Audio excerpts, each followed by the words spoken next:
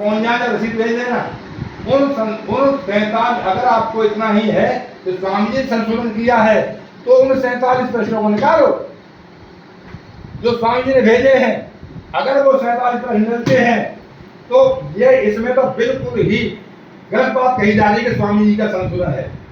उन्होंने इसमें संशोधन न करके वो वहां पत्र लिखा था 47 प्रश्न भेज रहा हूं और उन 47 प्रश्नों को की रसीद पहुंचा देना और उनके द्वारा संशोधन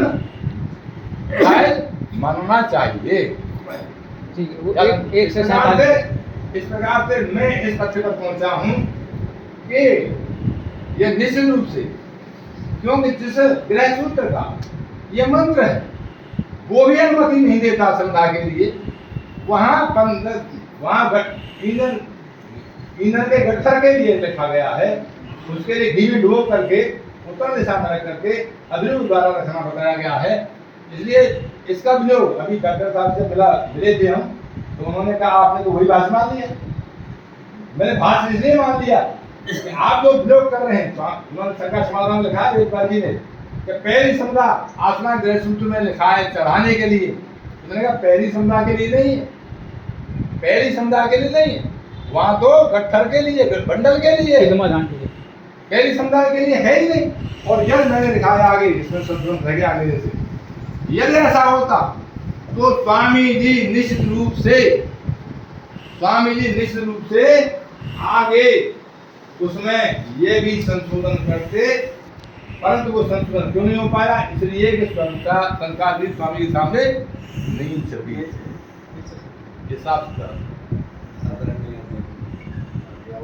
ये काफी अनुसंधान की बात हो गई।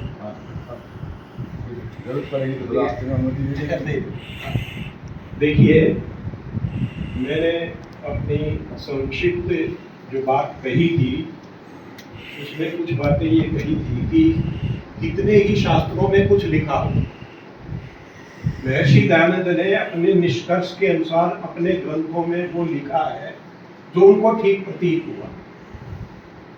इसलिए अमुक शास्त्र में, अमुक प्रिय सूत्र में, अमुक धर्मशास्त्र में ये लिखा है ऐसा होना चाहिए, इसका अभिप्राय ये होगा कि स्वामी दयानंद को उन चीजों का ज्ञान नहीं था जो उन्होंने विपरीत लिखा। अब रही बात कि स्वामी जी ने जो सबसे मुख्य प्रश्न उठाया है कि वो स्वामी जी का लिखा हुआ नहीं है, हस्तलेख नहीं।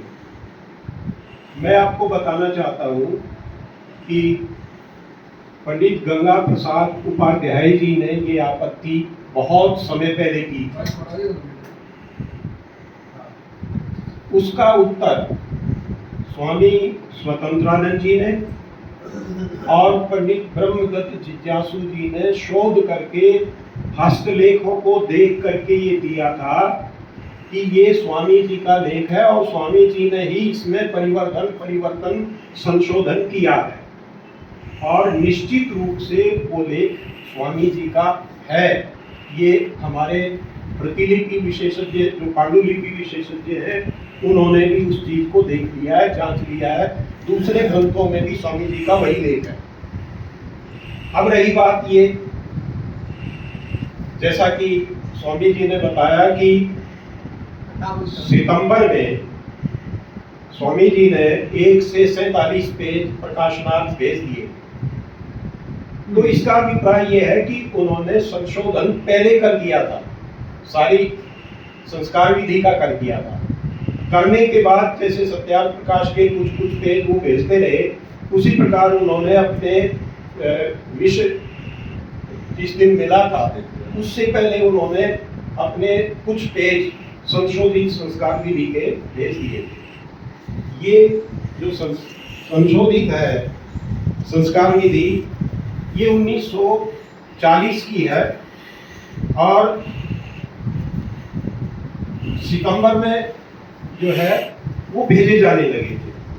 जब हम निश्चित रूप से विद्वानों के शोध से पंडित ब्रह्मदत्त जिज्ञासु, स्वामी स्वतंत्रानंद जी और दूसरे पांडुलिपि विशेषज्ञ जो है, जब हम इस निश्चय पर पहुंचते हैं कि जो भी कुछ लिखा है वो स्वामी जी ने अपने हाथ से लिखा, अपने हाथ से संशोधित किया है, तो मैं समझता हूँ कि ये बहुत गंभीर प्रश्न हो जाएगा कि हम स्वामी जी के हस्तलेख को किसी ग्रंथ के सहारे या किसी विचार के सहारे, नकार दें। किसी मान्यता के सहारे नकारें।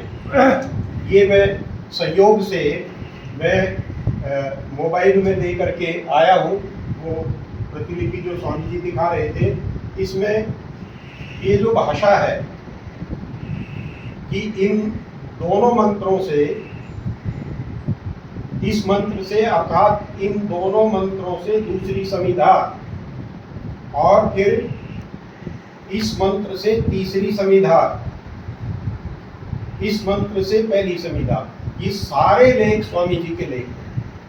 अच्छा, हाँ, निश्चित रूप से स्वामी जी के लेख हैं। अतः स्वामी जी के लेख होने के बाद, हाँ ये बात ठीक है कि प्रतिलिपि जो लेखकों ने प्रस्तुत की स्वामी जी को, वो पिछली संस्कार विधि के आधार पर थी, लेकिन ऊपर की पंक्तियों में ध्यान नहीं गया होगा संशोधन का, स्वामी जी का विचार करके। पर जैसा कि मैंने आपको बताया, वेदारंभ संस्कार में अयंत इदमय आत्मा मंत्र दे करके संविधान करने का विधान है।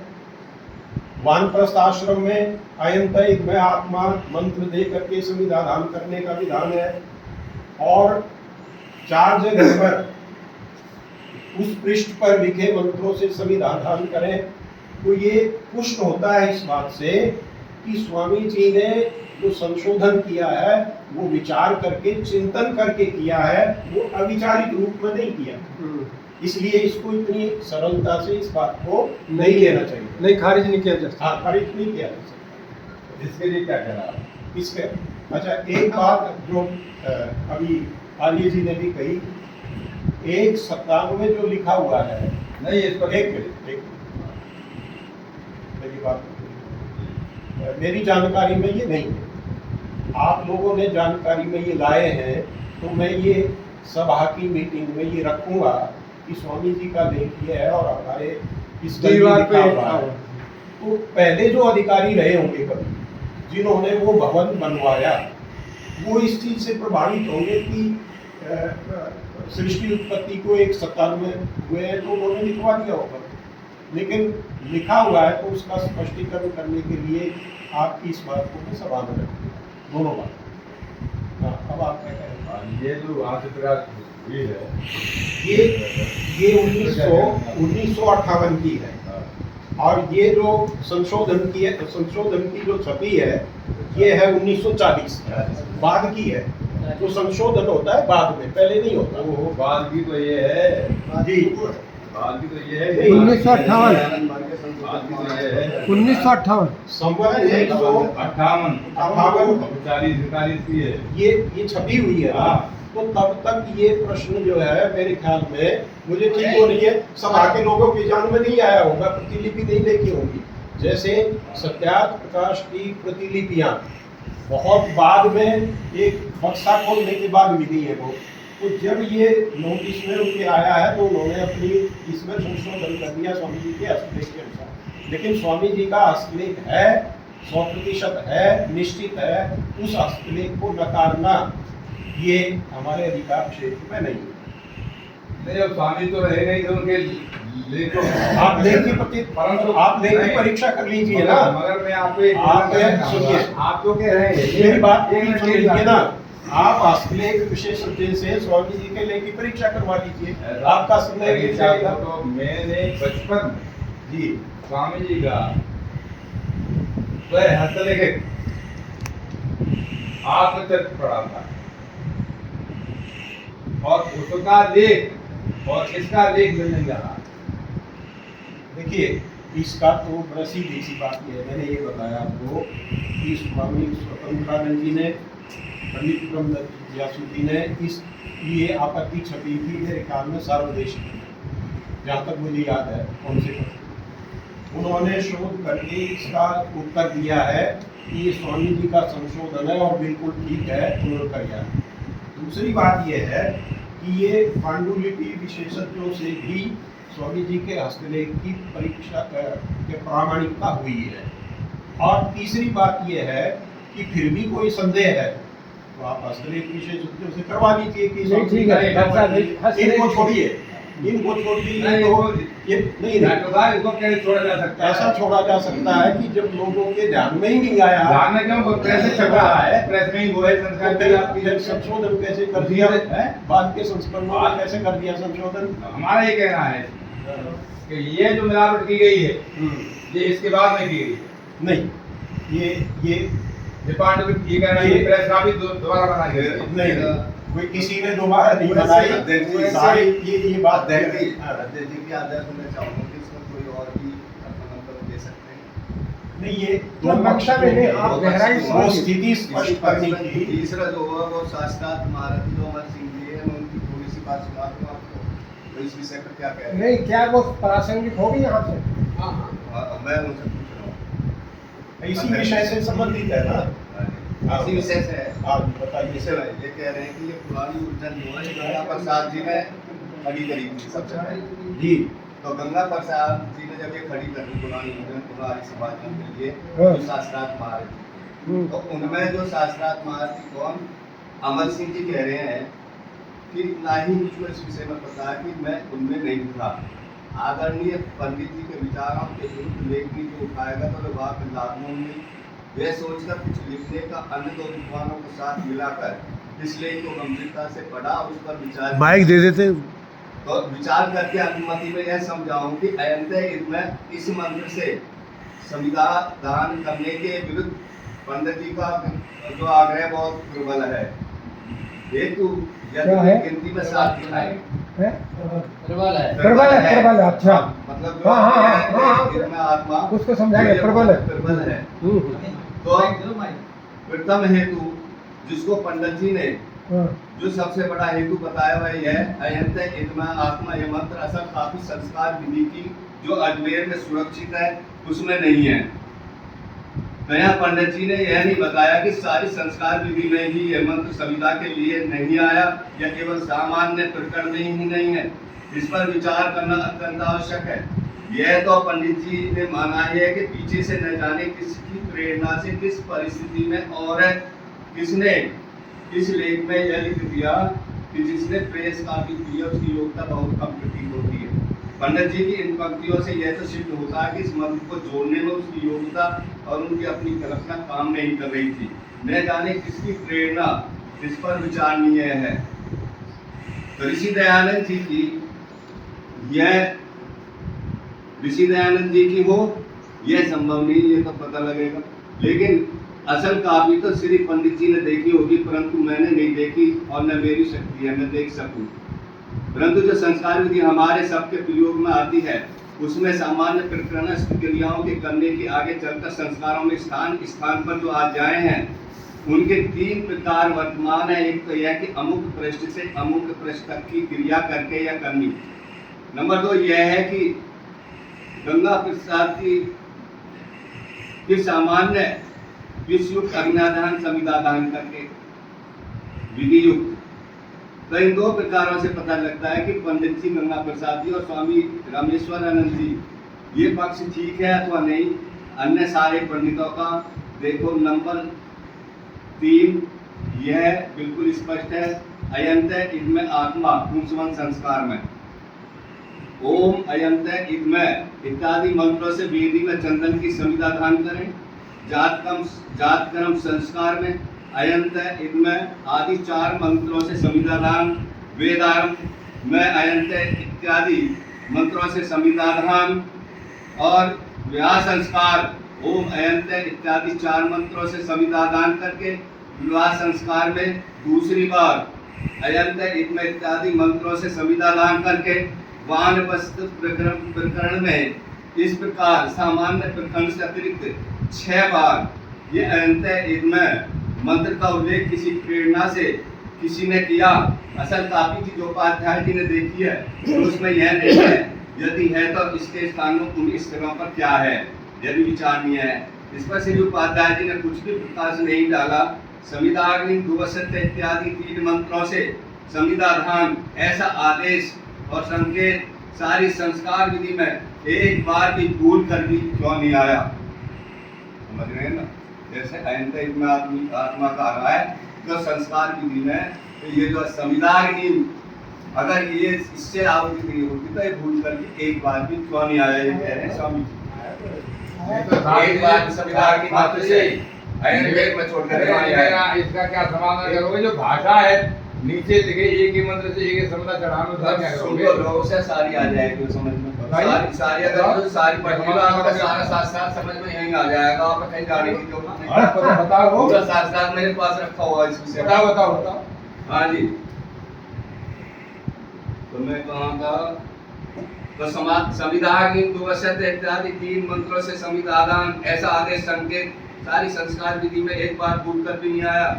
इसका उत्तर भी श्री उपाध्याय जी को अवश्य सोचना चाहिए।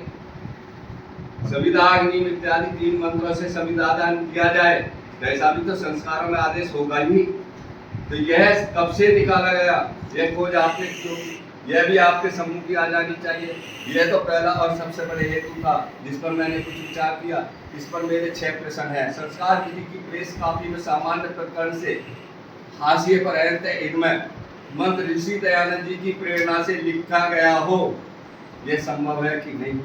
यदि नहीं तो क्यों? सामान्य प्रकरण के अतिरिक्त अन्य 6 स्तरों पर अयंत इनमें मंत्र से संविधान का आदेश क्यों हो गया और कैसे हो गया, और यह भी उस प्रेस कॉपी में आदेश और संकेत है या नहीं? संविधान इत्यादि 3 मंत्रों से संविधान करके ऐसा आदेश संस्कार विधि की सारी में एक बार भी क्यों नहीं? संस्कार विधि में जहाँ जहाँ स्पष्ट रूप से अंत इत्यादि 4 मंत्रों से और आदेश वहाँ प्रेस कॉपी में इसके स्थान पर क्या संकेत है? संविधान इत्यादि 3 मंत्रों में संविधान करे ऐसा संकेत संस्कारों में यदि था तो कब हटाया गया? पूज्य उपाध्याय जी का दूसरा हेतु यह था कि संविधा के 3 मंत्र यजुर्वेद के पहले अध्याय के 3 मंत्र हैं, वे वहीं से लिए हैं। उनमें अयंत इनमें मंत्र नहीं है, तो यह वेद मंत्र ही है। इसका विनियोग केवल अगली ग्रंथ की 5 आहुतियों के लिए हुआ है, ऐसा उपाध्याय जी कह रहे हैं। पहले अध्याय के 3 मंत्र यह श्री उपाध्याय जी के द्वारा भूल से लिखा गया। वास्तव में ये मंत्र तीसरे अध्याय के पहले 3 मंत्र हैं, और इस वाक्य में मुझ जैसा अल्पस तो कहीं हेतु दिखाई नहीं देता। मुझको इसमें 3 भाग दिखाई देते हैं। यजुर्वेद के 3 मंत्र वहां से लिए हैं जहाँ यह मंत्र नहीं है। का यह वेद मंत्र नहीं है, गीतावती में ही इसका विनियोग है। अगर पहले भाग को हेतु मान लिया जाए तो सारी संस्कार विधि और संध्या आदि सब कार्य अनुचित और वर्जनीय हो जाए।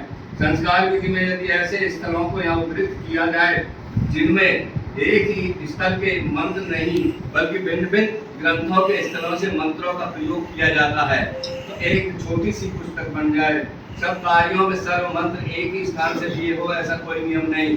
इसलिए सर्वथा असत हेतु दूसरा भाग यह है कि यह वेद मंत्र नहीं है। ठीक है, ये वेद मंत्र नहीं है, पर यह भी तो इस मंत्र का बहिष्कार का हेतु नहीं बन सकता। संस्कारों में ऐसे बहुत से मंत्र हैं जो वेद के नहीं है, उनके बहिष्कार से दूसरी ही संस्कार विधि नहीं बनानी पड़ेगी। सारे विश्व में जहाँ कहीं भी कोई वैदिक धर्म रहता हो, यह जो पवित्रम परमम पवित्रम इस मंत्र से ही यह जो पवित्र पहनाया जाता है, क्या ये वेद मंत्र है? तो ऐसे संस्कार विधि में बहुत से मंत्र है जो वेद के नहीं है। तीसरा भाग दूसरे हेतु का यह है, इस मंत्र का केवल 5 गृहतावती के लिए विनियोग हुआ है। इस पर आश्चर्य है, अभी जो वेद का मंत्र न होने के कारण भी इसमें जो उछेड़ दिए गए संविधान में वर्जित किया जा सकता है। गीतावती में वेद मंत्र होने पर ये कैसे विनियोग हो सकता है गीतावती के समय की? लेकिन तीसरा हेतु उपाध्याय जी का यह था, अयंत इनमें यह मंत्र समितवती ऋचा नहीं है, इसलिए समित नहीं दी जानी चाहिए। यहाँ पंडित जी ने यह तो मानते हैं कि मंत्र में समित का पर्यायवाची इनमें है शब्द, पर संविधान के लिए पर्यायवाची शब्द होने से इस मंत्र को संविधान का अधिकार नहीं दिया जा सकता। इस मंत्र के लिए इतना कड़ा प्रतिबंध क्यों लगा दिया? इसका हेतु अभी आपने नहीं आया आपसे। पर्यायवाची शब्दों से यदि काम न लिया जाए तो हजारों मंत्र लाखों श्लोक बेकार हो जाएंगे। बड़ा भारी आश्चर्य तो यह है कि समित का पर्यायवाची शब्द इनमें जिस मंत्र में स्पष्ट रूप से विद्यमान है, तो यह मंत्र संविधान में तो प्रयुक्त नहीं हो सकता, पर उसमें न ग्रंथ शब्द है और न ग्रंथ का पर्यायवाची भी कोई शब्द यह हो सकता है। ग्रंथावती के लिए 5 बार प्रयोग किया जाए, हमारे पूजनीय जी को स्वीकार है कि आश्चर्य मत परम ग्रंथ या शब्द या पर्यायवाची मुझे तो एक इस मंत्र पर अयंत इनमें में दिखलाई नहीं देता। कोई विद्वान बतला देवे तो मानने को कोई आपत्ति नहीं होगी। सर्वे सर्वे न जानाति, मेरे अल्प बुद्धि में यह ऋचा समितवती तो है, क्योंकि इसमें समित का प्रयोग इनमें शब्द प्रत्यक्ष है, पर यह गृहवती ऋचा और वो प्रकार की नहीं है। तो एक विचार ये प्रश्न यह है कि सुषुम्नाद्याय है, समितवती ऋचा है, क्या इसमें समित पद है? तो मैंने 9-10 विद्वानों से इस मंत्र के अर्थ देखे हैं कि किसी ने भी इस मंत्र में समित पद मानकर ही अर्थ नहीं किया है। सुसमिधाय ऐसा किया है, तो ये समितवती ऋचा नहीं है, ऐसा पद पाठ मानकर ही अर्थ किया है। इस मंत्र में समित शब्द को मानना ऐसा ही है जैसे पौराणिकों ने बुद्ध स्वाग ने मंत्र में बुद्ध और सर्णो देवी मंत्र में शनिश्चर को मानना। यह मंत्र तो स्पष्ट का है, ये गृहवती ऋचा है, समितवती नहीं। तो पूजनीय पंडित जी पुरानी उज्जैन से यह उज्जैन पूरी किताबें पढ़ोगे शास्त्री। नहीं, बहुत कमाल की बात है। बहुत चिंतनीय विषय। सारा ये बहुत चिंतन कमाल का। प्रमाण अंश फटे जाते हैं। आगे थोड़ी है, देखो सुनो, ठीक है। तो इसमें जो लिखा है थोड़ा मैं आगे छोड़ दिया मैंने बीच में, करने की कोई पुरानी बल्कि पुरानी ही लिखी। देखो सांख्यायन ग्रह्य संग्रह विद्यावलेश सांख्यायन ग्रह्य सूत्र, सांख्यायन ग्रह्य संग्रह में छपे हुए 2 पृष्ठ के 14 से 18 तक पाठ इस प्रकार है। आस्वती कृष्ण समितो अपच्य समिताग्नि दुवस्य सुस्मिता सोचे तंत्वा समित विरंगरी उपत्वा अविष्मति उत्पाग्ने अविष्मति। यानी कि यहाँ पे चार ऋचाओं से, इन 4 ऋचाओं से समिताग्नि से पहली समिता देकर और सुस्मिता को जपता है, और चौथी तीसरी ऋचाओं से क्रमशः 2 समिताएं देते हैं। ये कह रहे हैं अश्वगन गृह सूत्र में संग्रह में, सांख्यायन ग्रह संग्रह में।